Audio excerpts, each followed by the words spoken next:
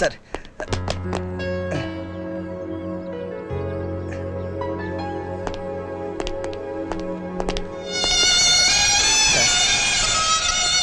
నేను తప్పు చేశానేమో కానీ తప్పుడు మనిషిని కాదు సార్. ఒక్క ఛాన్స్ ఇవ్వండి, ఒక్క ఛాన్స్ ఇవ్వండి సార్. ఆ చిన్నప్పగాడు ఎక్కడో సార్ తీసుకొచ్చి మీ ముందు పెడతారు. ఈసారి తప్పు చేస్తే నన్ను సస్పెండ్ చేయడం కాదు సార్, చంపే. ఒక్క chance sir, please please sir, ఒక్క ఛాన్స్ సార్.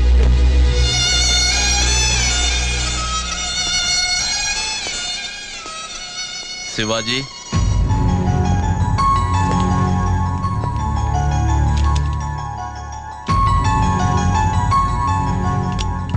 జాగ్రత్త.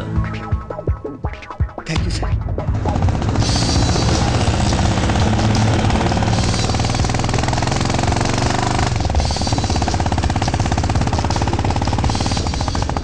బాబు అబ్బో,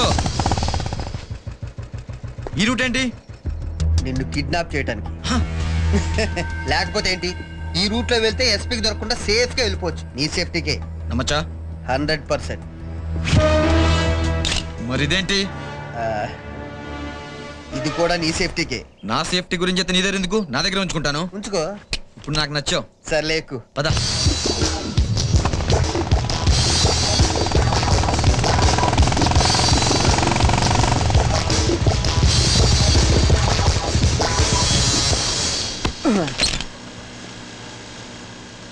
ఇదేంటి ఇక్కడ తీసుకొచ్చావు? ఇక్కడి నుంచే నేను బయటికి తీసుకెళ్ళి ఏర్పాటు చేశాను. ఎలా?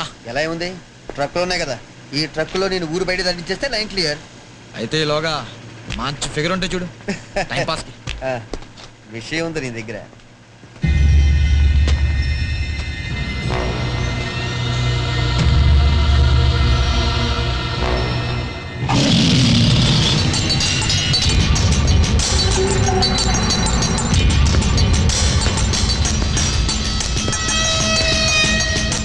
నమ్మక ద్రోహం చేస్తారని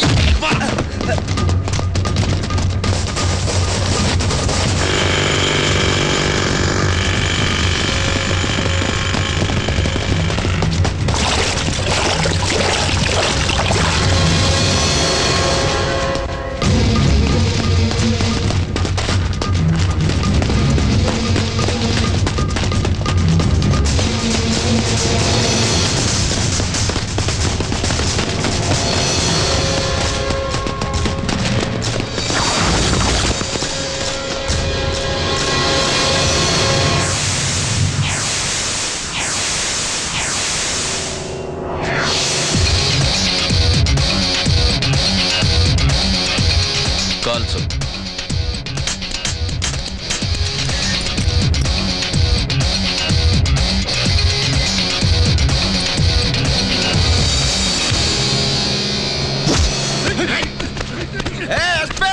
ఇంతవరకు నన్ను అరెస్ట్ చేసిన పోలీసు వాడలేడు. గంటలో బయటకు వస్తా. నిన్ను కోర్టుకు తీసుకెళ్ళినప్పుడు కదా. నా మీద నమ్మకంతో నాకు అవకాశం ఇచ్చారు. పోలీస్ అంటే ఏంటో చెప్పారు, డ్యూటీ ఎలా చేయాలో నేర్పారు. Thank you sir, thank you.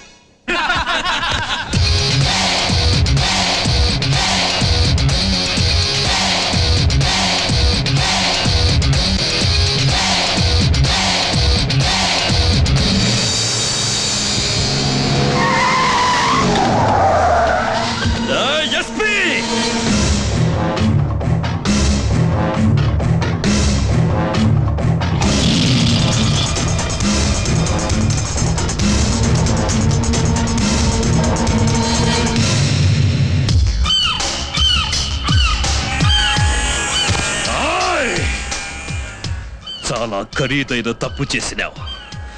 అనవసరంగా నీ ఆయుష్ చిన్నది చేసుకున్నావు.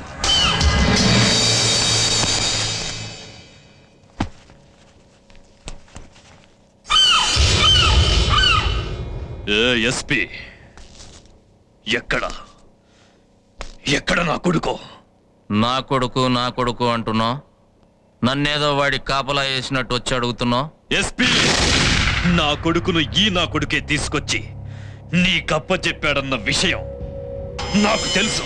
అలా అని ఏ నా కొడుకు చెప్పాడు నీకు? సమర్థించుకోకు. పిల్లల కోసం వస్తే కోడి కూడా గద్ద మీదికి ఎగిరి ఎగిరి పొడుస్తాది. ఆఖరికి బురదలో తిరిగే పంది కూడా పిల్లల మీదికొస్తే ఎముకలతో సహా పట్టి పీకుతాది. అలాంటిది నువ్వు నా బిడ్డని ఎత్తుకొస్తే సీమలో గజరాజులా బతికేటోండి నేనేం చెయ్యాలా? ఇప్పటికే శానా తప్పు చేసుండా, అన్నిటికీ భరించినా.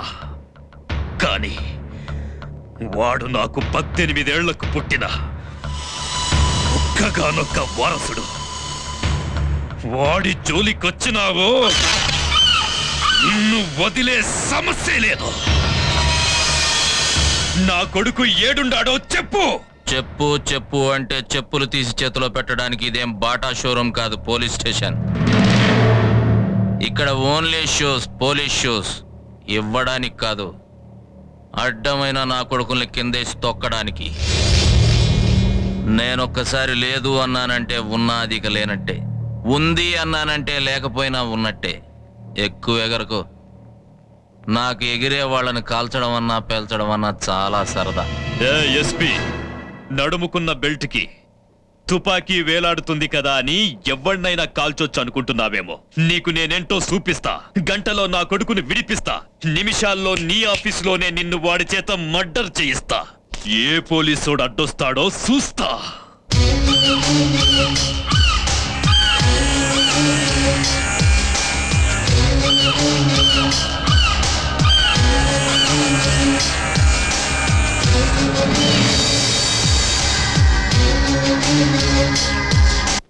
చూడు, ఇలాంటి తప్పుడు పనులకి చచ్చిన రికమెండేషన్ చేయను. ఇంకెప్పుడు ఇలాంటి తప్పుడు వాళ్ళకి రికమెండేషన్ చేయమని నడకో. పెట్టే ఫరో. ఏమనుకుంటున్నారప్పా? మమ్మల్ని పార్టీలో నుంచి పెరిగి పరిచామనా, లేకుంటే నన్ను, నా తమ్ముడిని, నా కొడుకుని అందరినీ కట్టగట్టి ఆ ఎస్పీ గారి చేత బొక్కలో దోపిద్దామనా? ఏంటండి మీరు మాట్లాడేది? అసలు నాకేం అర్థం కావట్లేదు. డ్రామాలాడమాక. నువ్వు సీఎం కలిసి మమ్మల్ని ఏమి పీకలేకనే కదా ఆ ఎస్పీని బాంబీదని పంపింది. పగబట్టి మీ మీద పంపడానికి మీరేం ప్రతిపక్షం వాళ్ళు కాదు, మా అధికార పక్షం వాళ్ళు. అదేదో రొటీన్ కోర్సులో అతను అక్కడ పంపాం అంతే. నువ్వు రొటీన్ గా పంపినావా, కావాలని పంపినావా అని కాదు నాకు కావాల్సింది. ఆ ఎస్పీ నా కొడుకుని అరెస్ట్ చేసి నేను అసలు అరెస్టే చేయలేదు, ఏం పిక్కుంటావో పిక్కు అంటున్నాడు. అందుకే నీ దగ్గరకు వచ్చినాం. చూడప్పా, ఆ ఎస్పీ వాడిని యాడ ఎన్కౌంటర్ చేస్తాడోనని భయపడి చచ్చిపోతాడాం. చూడండి, చట్టం తన పని తను చేసుకుపోతుంది. దోషి మీరైనా, నేనైనా, సీఎం అయినా, ఆఖరికి పీఎం అయినా సరే ఎవరిని వదలదు. నువ్వు చెప్పే నీతి వాక్యాలు వినటానికో, నీ కాళ్ళు పట్టుకుని లొంగిపోతున్నామని చెప్పటానికో రాలేదు. నా కొడుకును ఎట్టా విడిపించుకోవాలో అది నాకు బాగా తెలుసు. తమ్ముడు పా, తాడో పేడో సీమలను తెచ్చుకుంటా. ఇంకా లాభం లేదన్నా. సీమలో ప్రతి గడపలో ఉన్న కత్తికి మనం పని చెప్పాలా? మనమేందో ఆ ఎస్పీ గడికి తెలియజెప్పాలా? నా కొడుకును వాడంతటా వాడే తీసుకొచ్చి మనకు అప్పచెప్పాలా? నువ్వు ఇట్లాంటి పని చేసినావంటే వాడు అప్పచెప్పేది బతుకున్న చిన్నప్పని కాదు, వాని శవాన్ని. ఇప్పుడు సీమ మొత్తం ఆ ఎస్పీ యుగంధర్ గాని కంట్రోల్లో ఉంది. నువ్వు కత్తి కాదు, సూది బతుకొని తిరిగినా షూట్ చేసి పారేస్తాడు. హలో అన్నా, ఈడ ఉన్న అన్ని పోలీస్ స్టేషన్లు అన్ని చోట్ల ఎతికినాం. చిన్నప్ప ఏడా కనపడలా. ఏమిరా, ఏం సంగతి? చిన్నబ్బాయి ఏ స్టేషన్ లోనూ లేడంట. ఇంకా ఏడదా పెట్టుంటారబ్బా.